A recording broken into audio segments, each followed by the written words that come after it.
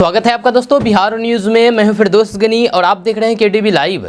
दोस्तों आज हो चुका है 11 अक्टूबर 2024। तो आज की पूरे बिहार की टॉप न्यूज़ लेकर आए हैं आपके लिए। दोस्तों वीडियो शुरू करने से पहले आपसे एक रिक्वेस्ट है कि अगर आप पहली बार इस चैनल पर आए हैं तो चैनल को सब्सक्राइब करके बेल आइकन को प्रेस कर दीजिए और साथ ही वीडियो को लाइक कर दीजिए, अपने दोस्तों के साथ शेयर भी कीजिए।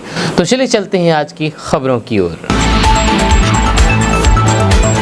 दोस्तों आज बिहार न्यूज़ में सबसे पहले बात करेंगे कि सरकारी स्कूलों में शिक्षक मर्यादा की धज्जियां उड़ा रहे हैं क्योंकि ड्रेस कोड का पालन नहीं कर रहे हैं और internet media Facebook YouTube Instagram आदि एवं अन्य माध्यमों से नृत्य डीजे डिस्को एवं अन्य निम्न स्तर की गतिविधियां विद्यालय परिसर में करवा रहे हैं। विद्यालय में ही रील बनाया जा रहा है, ड्रेस कोड का कोई पालन नहीं है। इसे गंभीरता से लेते हुए सरकार ने सभी सरकारी स्कूलों में शिक्षकों और फिर कर्मियों के लिए जींस टी शर्ट में आने पर रोक लगा दी है। शिक्षा विभाग ने विद्यालय एवं अन्य शैक्षणिक संस्थानों में शालीन व्यवहार एवं गरिमाई वातावरण सुनिश्चित करने का निर्देश दिया है। बताया जाता है कि स्कूलों में टीचर और कर्मचारी कार्यालय संस्कृति के विरुद्ध अनौपचारिक परिधान जैसे कि जींस टी शर्ट में आ रहे हैं। साथ ही साथ internet media Facebook YouTube Instagram और फिर अन्य माध्यमों से रील बनाया जा रहा है। नृत्य डीजे डिस्को एवं अन्य निम्न स्तर की गतिविधियां विद्यालय परिसर में किया जा रहा है, जिसको देखते हुए सरकार ने यह बड़ा फैसला लिया है। यानी कि कोई भी सरकारी स्कूलों के टीचर और कर्मचारी पैंट और टी शर्ट पहन करके नहीं आ सकेगा, साथ ही साथ रील भी नहीं बना सकेगा। सरकार ने इस पर पूरी तरीके से रोक लगा दी है।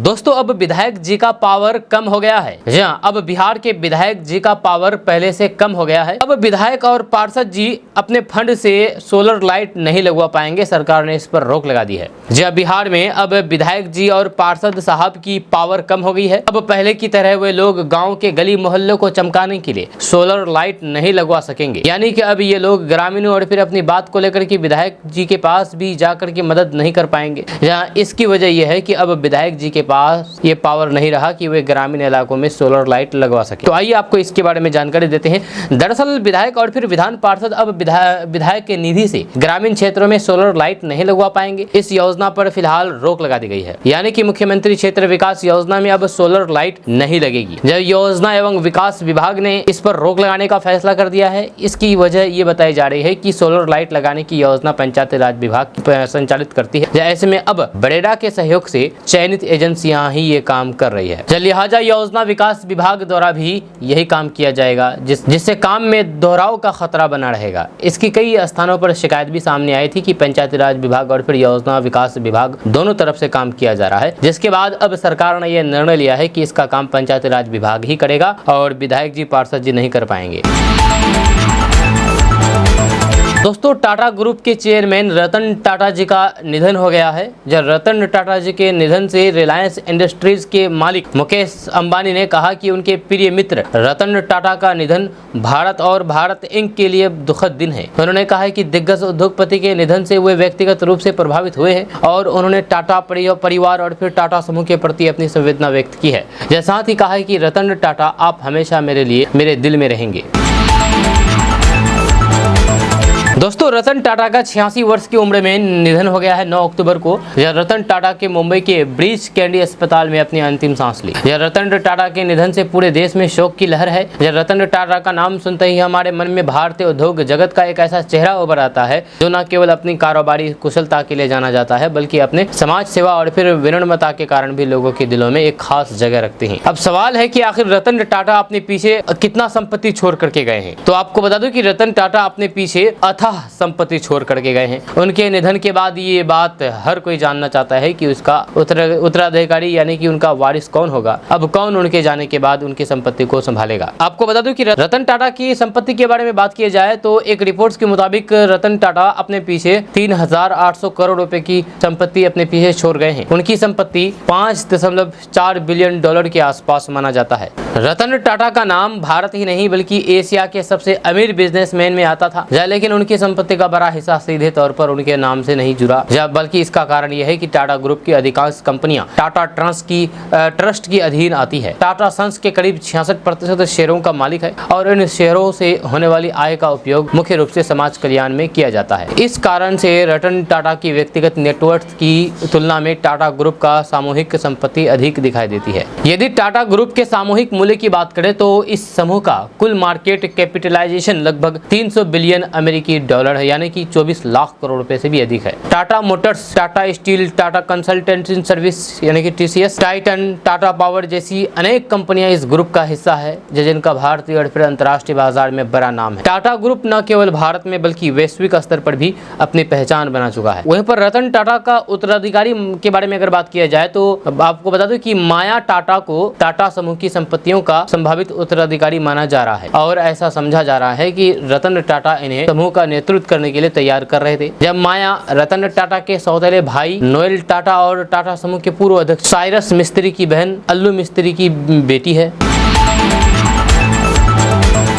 दोस्तों, देश का किसान अब गरीब नहीं रहेंगे, क्योंकि मोदी सरकार ने दीपावली से पहले बहुत बड़ा ऐलान कर दिया है। आपको बता दूं कि केंद्र की मोदी सरकार ने देश के किसानों को दीपावली का नया नायाब तोहफा दिया है। प्रधानमंत्री नरेंद्र मोदी की अध्यक्षता में पिछले दिनों हुई कैबिनेट की बैठक में किसानों को लेकर के बड़ा फैसला लिया है। कैबिनेट बैठक में प्रधानमंत्री राष्ट्रीय कृषि विकास योजना, कृषि उन्नति योजना को हरी झंडी दे दी है। इन योजनाओं का मकसद देश के किसानों के आर्थिक सामाजिक स्तर को ऊपर उठाना है। मोदी सरकार ने इस महत्वाकांक्षी योजनाओं को जमीन पर उतारने के लिए 1321 करोड़ रुपए खर्च करने का फैसला किया है। कैबिनेट बैठक में national mission on edible oil की भी मंजूरी दी गई है। इस योजना को अमली जमा पहनाने के लिए सरकार ने 10,103 करोड़ रुपए का बजट तैयार किया है। इसके साथ ही सरकार ने फूड ऑयल को भी मंजूरी दे दी है। कैबिनेट में 2031 तक food oil production 20 billion tonne तक बनाने का टारगेट किया है, जिसको लेकर कहा जा रहा है कि अब किसानों के दिन बहुरने वाले हैं। दोस्तों, नवरात्रि में महंगी सब्जियों ने मुंह का स्वाद बिगाड़ दिया है। टमाटर 100 रुपए तो भिंडी बैगन भी 50 रुपए किलो मिल रहे हैं। नवरात्रि से पहले तक जिन सब्जियों की कीमत 30 रुपए किलो थी, वह अब 60 रुपए किलो तक पहुंच चुका है। इस बार आलू और प्याज का भी दाम चढ़ा हुआ है। ना आवक कम हुई है, ना डिमांड बढ़ा है, फिर भी दाम इतने बढ़ोतरी के पीछे का कारण एक अबूझ पहेली बन गई है। जब सब्जी विक्रेता भी इसका जवाब नहीं दे पा रहे हैं, उनका बस यही कहना है कि थोक बाजार से ही वे महंगा ले आए हैं, इसलिए महंगा बेच रहे हैं। बिहार के गांव से शहर तक सभी जगहों पर लोगों को सब्जी की महंगाई से सामना करना पड़ रहा है। जो लोग 1 किलो आधा किलो सब्जी लेते थे, वह अब पाव भर ले आ रहे हैं। या कई ग्राहक तो सब्जी की कीमत सुनकर ही दुकान छोड़ करके आगे बढ़ जाते हैं। सब्जियों की बढ़ती कीमत पर ग्राहक एक ही बात दोहराते हैं कि अचानक सब्जी की कीमत बढ़ने का माजरा समझ में नहीं आ रहा है। नवरात्रि का समापन 12 को हो जाएगा, यानी कि 12 अक्टूबर को। इसके बाद सब्जी की कीमतों में गिरावट आते हैं या फिर दाम और बढ़ेगा, यह तो फिर उस वक्त ही पता चलेगा। आपको बता दूं कि नवरात्रि से पहले 30 से 40 रुपए बिकने वाली सब्जियां आज आसमान छू रही है। सबसे हैरानी तो टमाटर की कीमत सुनकर के हो रही है। नवरात्रि में लोग प्याज टमाटर नहीं खाते हैं, लेकिन इसकी कीमत भी 100 रुपए तक पहुंच चुकी है। इससे सस्ता तो फल हो गया है। आखिर क्या वजह है कि सब्जी की कीमतें इतनी बढ़ गई है? अब तो पाव भर सब्जी से ही काम चलाना पड़ रहा है, नहीं तो कुछ दिन सोयाबीन, चना, काबुली चना आदि की सब्जियां से ही काम चलाना होगा। बाजार के जानकार कहते हैं कि बिहार के बड़े इलाके में बाढ़ आने के कारण स्थानीय स्तर पर सब्जियों की आवक कुछ कम हुई है। दोस्तों, रतन टाटा के निधन से बिहार की राजनीति में शोक की लहर दौड़ गई है। जब आपको बता दूं कि सीएम नीतीश कुमार ने रतन टाटा के निधन पर गहरी शोक संवेदना व्यक्त की है। वहीं पर पूर्व उप मुख्यमंत्री नेता तेजस्वी यादव ने भी शोक जताया है। उन्होंने एक्स पर लिखा है कि मानवीय मूल्यों और फिर परोपकार में गहरी आस्था रखने वाले बड़े उद्योगपति, विजनरी लीडर, ईमानदारी, नैतिकता, दयालु और फिर सद्भावना की मिसाल श्री रतन टाटा जी के निधन पर गहरी शोक संवेदना व्यक्त करता हूँ। जब वे ऐसे उद्योगपति थे जो हमेशा औरों के जरिए उन्होंने अनुकरण जीवन जिया है। ईश्वर उन्हें अपने श्री चरणों में स्थान दे। वहीं पर केंद्रीय मंत्री और बिहार के पूर्व मुख्यमंत्री जीतन राम मांझी ने कहा है कि देश के महान सुपुत्र रतन टाटा जी के निधन की खबर से स्तब्ध हूं। रतन टाटा जी ने भारतीय अर्थव्यवस्था को मजबूत बनाने में महत्वपूर्ण योगदान दिया है। उनके निधन से भारत ने एक महान उद्योगपति, समाजसेवी और फिर देशभक्त खो दिया है। ईश्वर उनकी आत्मा को शांति प्रदान करे। वहीं पर बेगूसराय के सांसद गिरिराज सिंह ने रतन टाटा के निधन पर दुख जताया है। उन्होंने एक्स पर लिखा है कि देश के जाने माने उद्योगपति और भारत को नई ऊंचाइयों पर पहुंचाने वाले रतन टाटा जी का निधन हो गया है। ये हम सभी के लिए अत्यंत दुखद समाचार है। उन्होंने उद्योग जगत में जो योगदान दिया है वह सदा याद रखा जाएगा। दोस्तों, रतन टाटा जी का निधन हो गया है, जहाँ उनका अंतिम संस्कार भी हो गया है। जहाँ अभी हम आपको बताएंगे कि आखिर रतन टाटा जी शादी क्यों नहीं की। जहाँ आपको बता दूं कि रतन टाटा जी अविवाहित थे। जहाँ वे शादी तो करने वाले थे, 4 बार शादी के लिए तैयार हुए, लेकिन किसी कारणवश शादी नहीं कर सके। रतन टाटा ने एक इंटरव्यू में अपने पिता के साथ मतभेदों के बारे में खुलकर के जिक्र किया था। जब वे अपने पिता नवल टाटा के ज्यादा क्लोज नहीं थे, जब कई चीजों को लेकर के दोनों के बीच मतभेद थे। जब वे बचपन में वायलिन सीखना चाहते थे, लेकिन उनके पिताजी चाहते थे कि वे पियानो सीखे। इस पर दोनों के बीच मतभेद हुआ। इसके अलावा टाटा चाहते थे कि वे अमेरिका जाकर के पढ़ाई करें, जबकि उनके पिताजी उन्हें ब्रिटेन भेजना चाहते थे। वहीं पर रतन टाटा खुद आर्किटेक्ट बनना चाहते थे, लेकिन उनके पिता की जिद थी कि वे इंजीनियर बने। वहीं पर उन्होंने एक बार स्वीकार किया था कि जब वे लॉस एंजलिस में काम कर रहे थे, तब एक समय ऐसा आया जब उन्हें प्यार हो गया था, लेकिन 1962 के भारत चीन युद्ध के कारण लड़की के माता पिता उसे भारत भेजने के खिलाफ थे, जिसके बाद उन्होंने कभी भी शादी नहीं की। रतन टाटा इसके बाद वे कारोबार की दुनिया में जम गए और फिर निजी जिंदगी के बारे में सोचने का मौका ही नहीं मिला।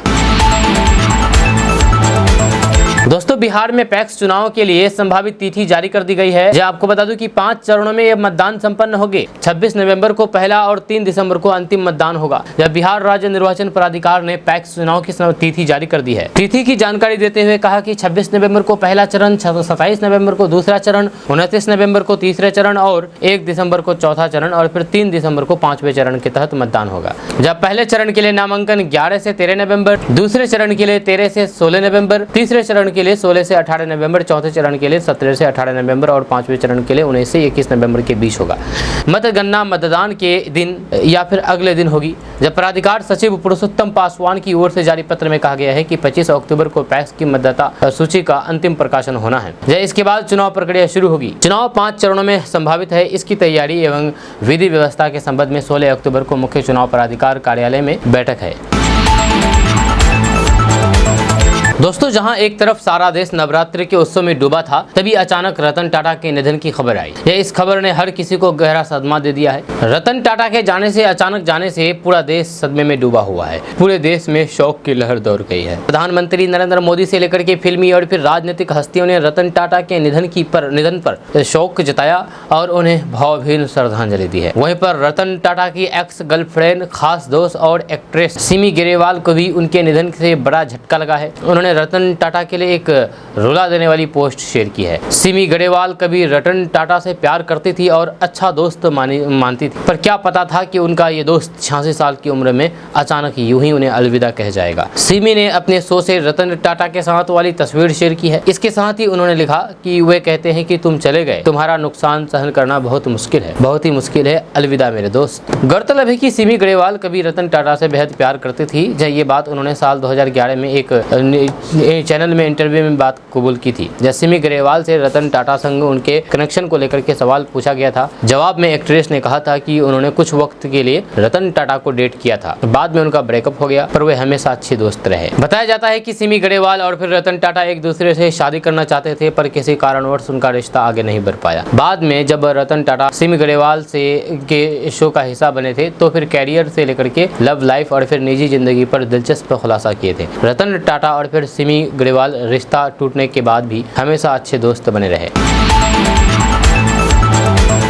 दोस्तों, बिहार के हर जिले में स्पेशल टास्क फोर्स यानी कि एसटीएफ का अपना कार्यालय होगा। जहां बिहार पुलिस ने विभिन्न जिलों में संगठित अपराध करने वाले गिरोह पर शिकंजा कसने के लिए ये निर्णय लिया है। बिहार के डीजीपी ने सभी जिलों के पुलिस अधीक्षकों को इस संबंध में आवश्यक कार्रवाई करने को कहा है। पुलिस मुख्यालय के निर्देश पर जिलों में एसटीएफ को आधारभूत सुविधाएं उपलब्ध कराने की तैयारी शुरू कर दी है। इससे एसटीएफ की ताकत जिलों में बढ़ जाएगी। बालू माफिया, शराब माफिया, हथियार तस्करी एवं अन्य आपराधिक गतिविधियों में संलिप्त गिरोह पर नकेल कसने में कामयाबी मिलेगी।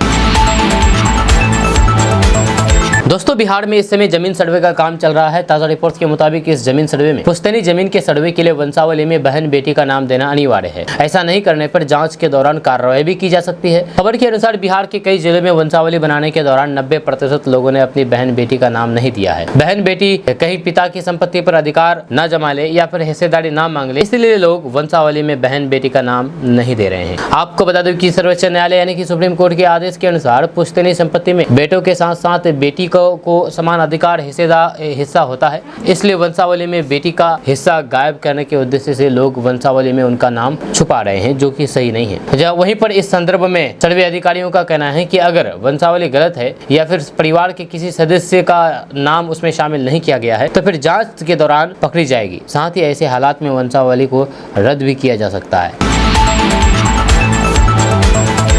दोस्तों बिहार के अंदर शिक्षा में सुधार और फिर इसे बेहतरीन बनाए जाने को लेकर के लगातार शिक्षा विभाग नए नए कदम उठा रही है। ऐसे में अब शिक्षा विभाग ने यह तय कर लिया है कि अब बिहार के अंदर सभी स्कूलों में हर कक्षा के क्लास टीचर नामित होंगे। यह फैसला गुणवत्तापूर्ण शिक्षा प्रदान करने के उद्देश्य से लिया गया है, जहाँ ऐसा कहा जा रहा है कि इससे शिक्षा के स्तर में काफी सुधार आएगा। दरअसल प्राथमिक शिक्षा निदेशक पंकज कुमार ने बताया है कि छात्रों को गुणवत्तापूर्ण शिक्षा प्रदान करना बिहार शिक्षा विभाग की पहली प्राथमिकता है। लिहाजा प्राथमिक शिक्षा निदेशालय के द्वारा विद्यालयों में प्रभावी वर्ग कक्षा संचालन के लिए सभी जिलों को दिशा निर्देश जारी कर दिया गया है कि प्रभावी वर्ग कक्षा संचालन के लिए सभी प्राथमिक और फिर मध्य विद्यालयों में कक्षावार वर्ग शिक्षक नामित किए जाएंगे। उन्होंने बताया है कि क्लास टीचर व्यक्तिगत स्तर पर अभिभावकों से मिलकर के बच्चों के बेहतर रिजल्ट लाने की स्थिति का अध्ययन करेंगे और फिर बच्चों को घर में पढ़ने का माहौल प्रदान करने के लिए उन्हें प्रोत्साहित करेंगे। उन्होंने बताया है कि क्लास टीचर व्यक्तिगत स्तर पर अभिभावकों से मिलकर के बच्चों के बेहतर रिजल्ट लाने की स्थिति का अध्ययन करेंगे और फिर बच्चों को घर में पढ़ने का माहौल प्रदान करने के लिए उन्हें प्रोत्साहित करेंगे।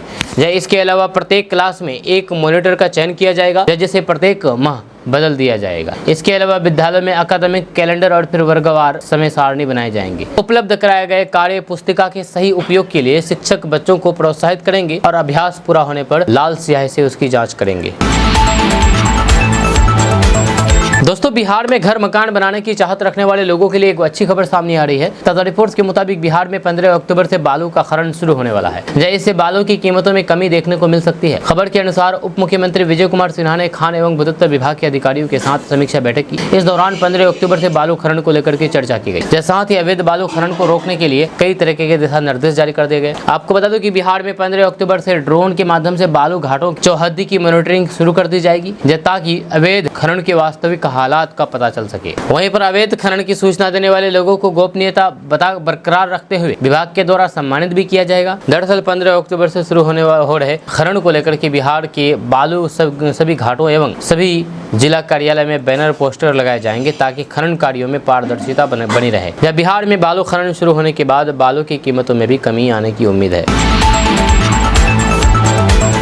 दोस्तों लालू परिवार की बेहद करीबी माने जाने वाले पूर्व विधायक अरुण यादव और उनकी विधायक पत्नी किरण देवी पर ईडी की गाज गिरी है। ईडी ने अरुण यादव के साथ साथ उनकी पत्नी किरण देवी, दोनों बेटे राजेश कुमार और फिर दीपू सिंह की 46 संपत्तियों को जब्त कर लिया गया है। ईडी ने इस परिवार के बैंक खाते को भी सीज कर दिया है, जिसमें 2 करोड़ 5 लाख रुपए जमा है। ये वही अरुण यादव है जिन्होंने पटना में राबड़ी देवी से करोड़ों में 4 फ्लैट खरीदे थे। ईडी ने अरुण यादव और उनकी पत्नी किरण देवी, बेटे राजेश कुमार और फिर दीपू के अलावा उनकी कंपनी किरण दुर्गा कंस्ट्रक्शन प्राइवेट लिमिटेड की करीब 21 करोड़ 37 लाख रुपए की संपत्ति जब्त की है। जांच एजेंसी ने 19 करोड़ 32 लाख रुपए के 46 मकान और जमीन के साथ साथ बैंक खातों में जमा 2 करोड़ 5 लाख रुपए जब्त किए हैं। जब्त किए गए जमीन और मकान भोजपुर जिले के अगियाओं गांव और फिर पटना के पौष इलाके में स्थित है। ईडी की ओर से दी गई जानकारी के मुताबिक लालू परिवार के बेहद करीबी माने जाने वाले अरुण यादव ने जघन्य अपराध करने के साथ साथ बालू के अवैध कारोबार से अकुत संपत्ति बनाई है। ईडी की जांच में पता चला है कि 2014 से 2023 तक अरुण यादव और उसके परिवार के सदस्यों ने नगद पैसे देकर के जमीन के 40 प्लॉट खरीदे। अरुण यादव ने दानापुर में 4 फ्लैट खरीदे, जिसका मूल्य करीब 2 करोड़ 56 लाख रुपए है। अरुण यादव के परिवार ने पटना के पौष इलाके पाटलिपुत्र कॉलोनी में एक कमर्शियल जमीन भी खरीदी है, जिसका मूल्य करीब 3.5 करोड़ रुपए है। इन सारी प्रॉपर्टी को खरीदने के लिए अरुण यादव ने जम करके ब्लैक मनी का उपयोग किया है। दोस्तों सड़क सुरक्षा और फिर वाहन दुर्घटना में कमी लाने के उद्देश्य से सरकार ने व्यावसायिक वाहन चालकों को बीमा, स्वास्थ्य जांच और फिर उनकी कार्य कुशलता में वृद्धि के लिए मुख्यमंत्री वाहन चालक कल्याण योजना शुरू की है। इस योजना के तहत व्यावसायिक वाहन चालकों के लिए आधारभूत सुविधाएं विकसित की जाएगी। इसके अंतर्गत वाहन चालकों को विशेष पहचान नंबर यानी कि यूनिक ID दी जाएगी। योजना का लाभ लेने के लिए ट्रक, बस, ऑटो, टैक्सी समेत अन्य निजी चालकों को ऑनलाइन रजिस्ट्रेशन करवानी होगी। इसके बाद ही उन्हें UID कार्ड दिया जाएगा। इसके अलावा चालकों को प्रधानमंत्री जीवन ज्योति बीमा योजना, प्रधानमंत्री सुरक्षा बीमा योजना से जोड़ दिया जाएगा। वाहन चालकों को पोशाक भी दी जाएगी। पोशाक के लिए एक मुश्त 1 साल के लिए 2000 रुपए दिए जाएंगे। ट्रक मालिक एसोसिएशन के सतीश कुमार सिंह ने योजना की सराहना भी की है। मुख्यमंत्री वाहन चालक कल्याण योजना के लिए ऑनलाइन आवेदन करने के लिए चालक के पास अहम दस्तावेज होनी चाहिए। इसमें आवेदक का आधार कार्ड, राशन कार्ड, जाति प्रमाण पत्र, निवास प्रमाण पत्र, आय प्रमाण पत्र, bank passbook, driving licence, mobile number, passport size photo आदि शामिल है। दोस्तों बिहार के सक्षमता परीक्षा पास बिहार के 37,000 शिक्षकों की काउंसलिंग पर निर्णय दुर्गा पूजा के बाद ही लिया जाएगा। शिक्षा विभाग ने इसको लेकर के बिहार विद्यालय परीक्षा समिति के साथ विचार विमर्श किया है, पर कोई भी नतीजे पर नहीं पहुंच सका है। जहां अब पूजा बाद फिर इस पर विभाग और बोर्ड पदाधिकारियों के बीच मंथन होगा, उसके बाद काउंसलिंग की सूचना उन्हें दी जाएगी। आपको बता दूं कि बिहार के 1,87,000 नियोजित शिक्षकों ने सक्षमता परीक्षा पास की है, जिनकी काउंसलिंग 1 अगस्त से 13 अगस्त तक हुई। लेकिन शिक्षकों के आधार नंबर, नाम या फिर प्रमाण पत्रों में गलती के कारण कईयों की काउंसलिंग नहीं हो सकी है। या वहीं पर 3,300 शिक्षक काउंसलिंग में उपस्थित ही नहीं हुए, उन्हें फिर से मौका दिए जाने को लेकर के विभाग में मंथन चल रहा है। शिक्षकों के आधार नंबर और फिर प्रमाण पत्रों की गलती सुधारने का मौका दिया जा रहा है। बिहार में शिक्षकों की तबादला नीति जारी है।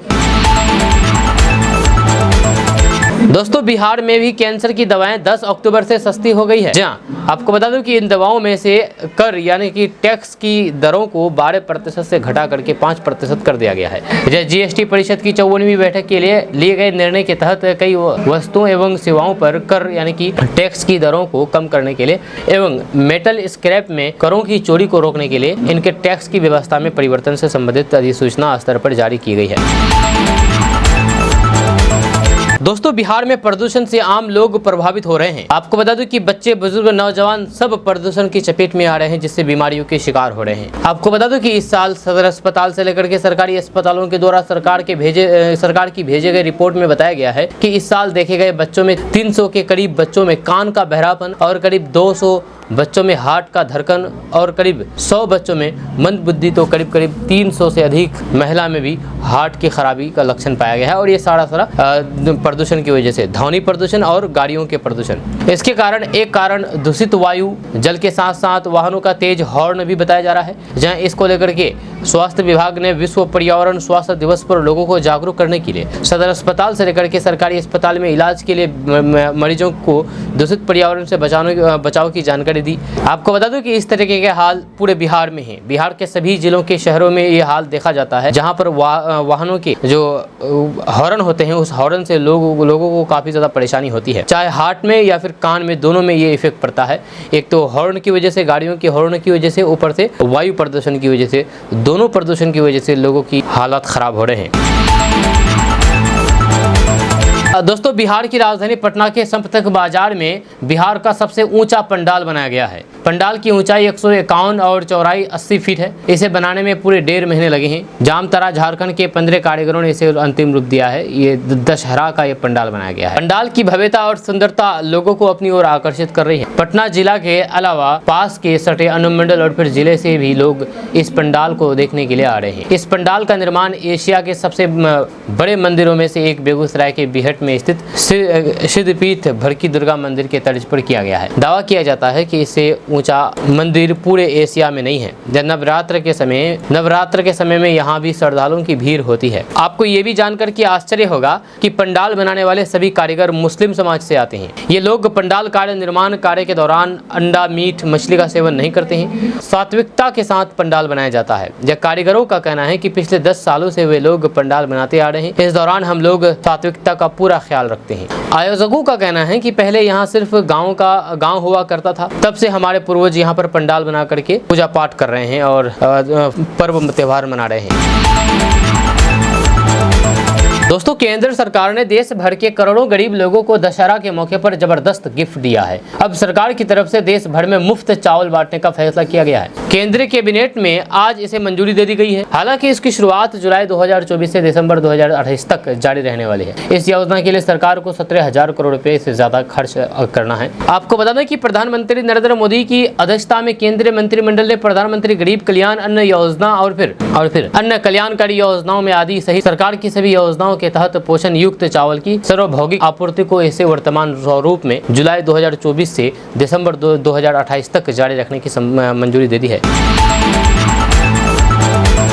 दोस्तों, कांग्रेस सांसद राहुल गांधी ने जम्मू कश्मीर के लोगों के समर्थन के लिए उनका हार्दिक आभार व्यक्त किया है और साथ ही हरियाणा विधानसभा चुनाव में पार्टी की अप्रत्याशित हार का विश्लेषण करने की आवश्यकता को स्वीकार किया है। राहुल गांधी ने कहा है कि जम्मू कश्मीर के लोगों को मेरा हार्दिक धन्यवाद। राज्य में भारत की जीत संविधान की जीत है, लोकतांत्रिक स्वाभिमान की जीत है। राहुल गांधी ने एक्स पर पोस्ट करके लिखा है कि हम हरियाणा के अप्रत्याशित नतीजों का विश्लेषण कर रहे हैं। हम कई विधानसभा क्षेत्रों से आ रही शिकायतों के बारे में चुनाव आयोग को सूचित करेंगे। चुनावी हार के बावजूद भी प्रतिबद्धता का संकेत देते हुए राहुल गांधी ने कहा है कि हरियाणा के सभी लोगों को उनके समर्थन और फिर हमारे बब्बर शेर कार्यकर्ताओं को उनकी अथक मेहनत के लिए दिल से धन्यवाद। हम अधिकारों के लिए, सामाजिक और फिर आर्थिक न्याय के लिए, सच्चाई के लिए ये लड़ाई जारी रखेंगे और फिर आपकी आवाज उठाते रहेंगे। वहीं पर हरियाणा में हार और जम्मू कश्मीर में कांग्रेस के खराब प्रदर्शन के बाद भाजपा के IT सेल के प्रमुख अमित मालवीय ने बुधवार को कांग्रेस नेता राहुल गांधी की चुप्पी पर सवाल उठाया था। मालवीय ने राहुल गांधी पर हरियाणा में कांग्रेस पार्टी की हार के बाद अहंकार और फिर विनम्रता की कमी प्रदर्शित करने का आरोप लगाया। जहां अमित मालवीय के आरोपों के बाद राहुल गांधी की प्रतिक्रिया सामने आई है।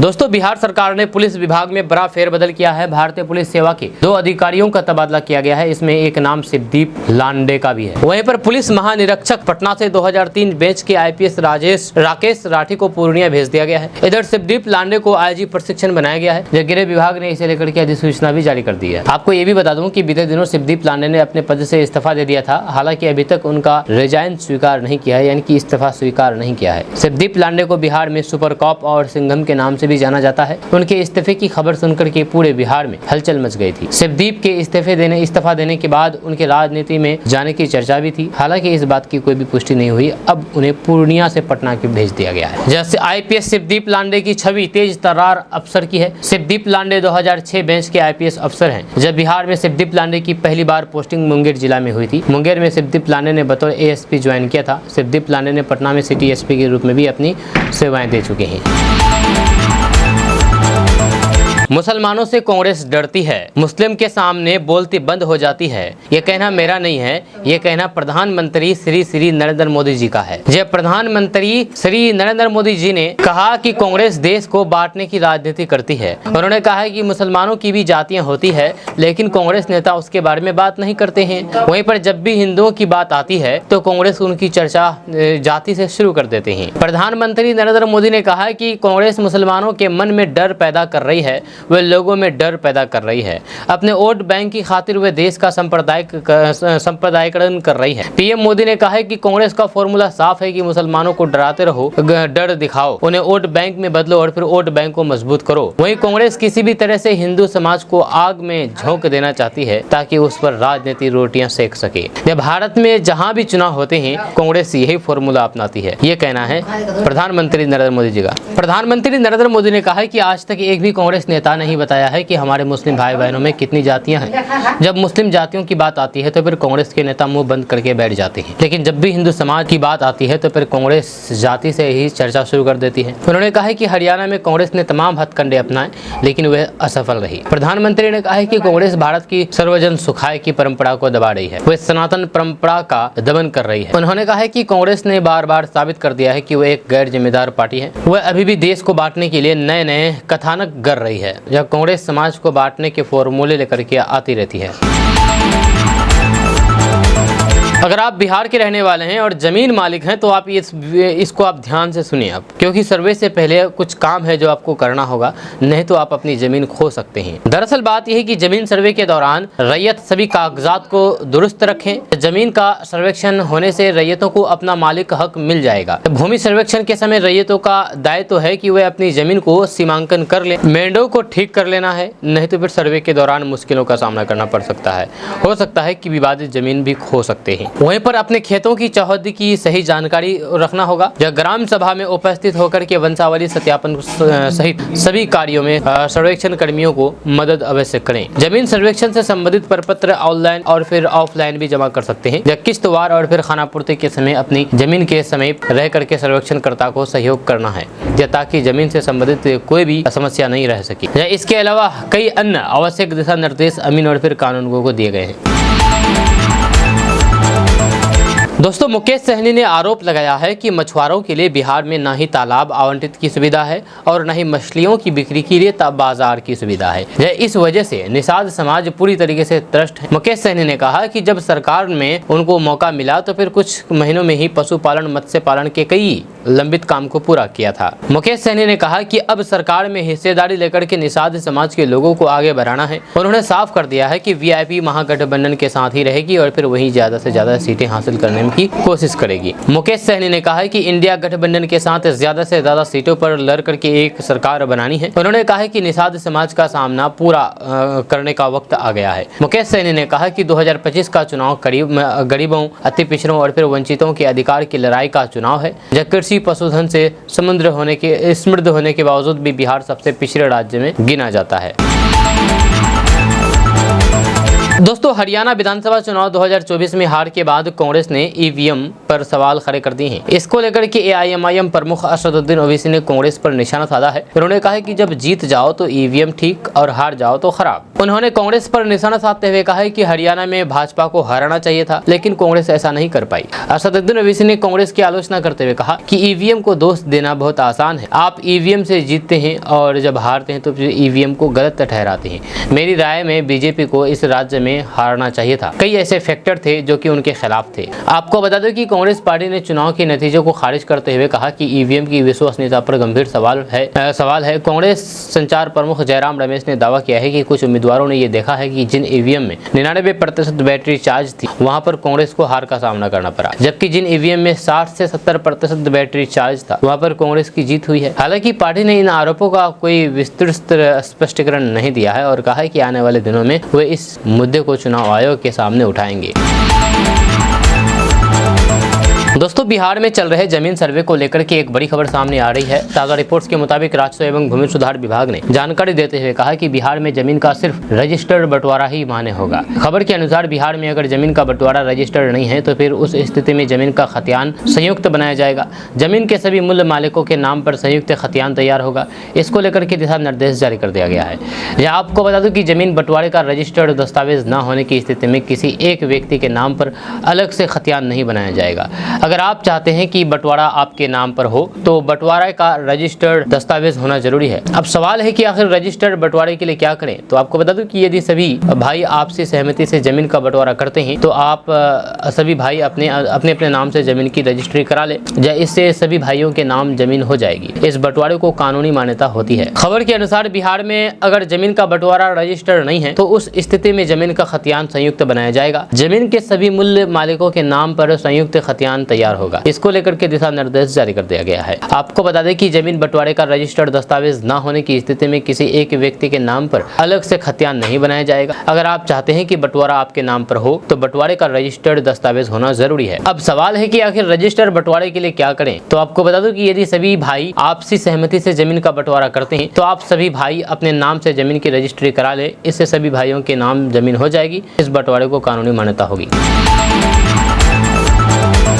दोस्तों, दशहरा को लेकर के बिहार पुलिस ने पूजा पंडालों और मंदिरों में किसी भी तरीके की छेड़छाड़ को ना हो और मनचले किसी भी तरह भी लॉ एंड ऑर्डर को बिगाड़ने की कोशिश ना कर सके, इसके लिए विशेष व्यवस्था की गई है। जहाँ हर जगह पर सादे लिबास में पुलिसकर्मी तैनात किए गए हैं। ये पुलिसकर्मी दुर्गा पूजा पंडालों, मंदिरों और फिर दशहरा मेलों के आसपास एंटी रोमियो स्क्वाड की तरह काम करेंगे। यह दुर्गा प्रतिमा विसर्जन जुलूस में बॉक्स फॉर्मेट में पुलिस तैनात होगी। संवेदनशील स्थानों पर पुलिस रूफ टॉप पर रहेगी। मूर्ति विसर्जन के दौरान नदी और फिर घाटों पर पुलिस, पीएसी और गोताखोर तैनात रहेंगे। रावण दहन के स्थान पर फायर ब्रिगेड की तैनाती के निर्देश दिए गए हैं। वहीं पर बिहार के डीजीपी आलोक कुमार ने कहा इस दौरान सोशल मीडिया की 24 घंटे निगरानी के भी निर्देश दिए हैं। उन्होंने कहा कि अफवाहों, आपत्तिजनक और फिर भड़काऊ पोस्ट पर सख्त एक्शन लिया जाए। उन्होंने पुलिस को स्पष्ट निर्देश दिया है कि किसी भी तरीके की कोई भी अप्रिय घटना नहीं होनी चाहिए। सोशल मीडिया पर खास करके नजर रखनी चाहिए। उन्होंने लोगों से भी शांति बनाए रखने की अपील की है। गौरतलब है कि आलोक कुमार के डीजीपी बनने के बाद पुलिस ज्यादा अलर्ट मोड में नजर आ रहे हैं। हर जगह पर पुलिसकर्मी चौकस नजर आ रहे हैं। दोस्तों तेजस्वी यादव ने कहा है कि बिहार को उसका वाजिब हक और अधिकार नहीं मिल पा रहा है, जिसकी वजह से हर साल करोड़ों लोग यहां से पलायन करते हैं और दूसरे राज्य में जाते हैं कमाने के लिए। आपको बता दूं कि बिहार के लिए पलायन शुरू से ही सबसे बड़ी समस्या रही है। इसके रोकथाम को लेकर के सरकार कई तरीके की योजनाएं चलाए जाने का दावा भी करती है, लेकिन इन दावों के बावजूद भी बिहार के अंदर पलायन दर किस कदर बढ़ता है, ये बातें शायद ही किसी से छुपी हुई है।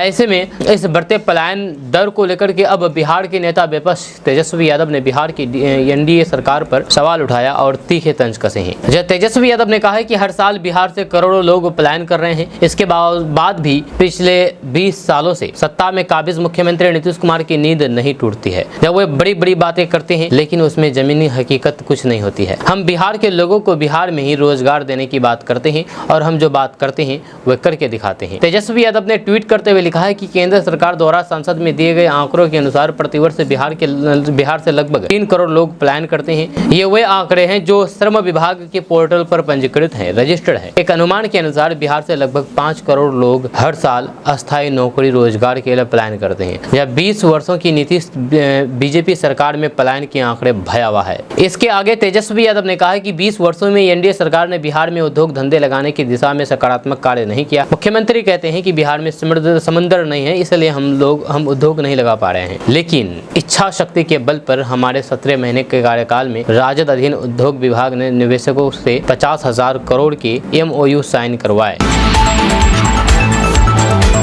दोस्तों अब मौसम के बारे में अगर बात किया जाए तो मौसम विभाग द्वारा आज बिहार के 7 जिलों में बारिश का ऑरेंज अलर्ट जारी कर दिया है। वहीं पर पटना में बादल छाए रहने की संभावना है। मौसम विभाग के अनुसार पूर्वा हवा की वजह से बिहार के कुछ भागों में मानसून अभी एक्टिव है। इसी कारण बिहार के कुछ हिस्सों में हल्की फुल्की बारिश हो रही है। हालांकि 12 अक्टूबर के बाद से बिहार के किसी भी जिले में बारिश नहीं होगी। इस दौरान सभी जिलों में मौसम सामान्य बने रहने की संभावना है। पटना मौसम विज्ञान केंद्र के अनुसार बिहार के कई हिस्सों में मानसून विदा हो चुका है। अगले 2 दिनों में मानसून की पूरी तरीके से बिहार से विदाई हो जाएगी। वहीं पर पटना मौसम विज्ञान केंद्र के मुताबिक 11 अक्टूबर यानी कि नवमी और 12 अक्टूबर यानी कि विजयदशमी को लेकर के कोई चेतावनी जारी नहीं की गई है, यानी कि आज इन दोनों जिलों के लिए मौसम विभाग के द्वारा जो पूर्वानुमान जारी किया गया है उसके अनुसार बिहार के सभी जिलों में मौसम शुष्क बना रहेगा। बारिश की कोई भी संभावना नहीं दिख रही है। जी हाँ, बारिश की कोई भी संभावना नहीं दिख रही है। पिछले 24 घंटे की मौसम की बात करें तो मानसून की स्थिति कमजोर रही है। इस वजह से बिहार में 1-2 स्थान पर हल्की से मध्यम दर्जा की बारिश दर्ज की गई है। जब सबसे गर्म जिला की बात करें तो फिर 36.3 डिग्री सेल्सियस के साथ सिवान टॉप पर रहा है। वहीं पर सबसे कम तापमान रोहतास में 23 डिग्री दर्ज किया गया है। दोस्तों आज का न्यूज़ बस ये तक। कैसा लगा आपको नीचे कमेंट बॉक्स में कमेंट करके जरूर बताइएगा। जाने से पहले आपसे एक रिक्वेस्ट है कि अगर आप पहली बार इस चैनल पर आए तो फिर चैनल को सब्सक्राइब करके बेल आइकन को प्रेस कर दीजिए और साथ ही साथ वीडियो को लाइक कर दीजिए, अपने दोस्तों के साथ शेयर भी कीजिए। मिलते हैं नेक्स्ट वीडियो के साथ, तब तक के लिए जय हिंद, जय बिहार।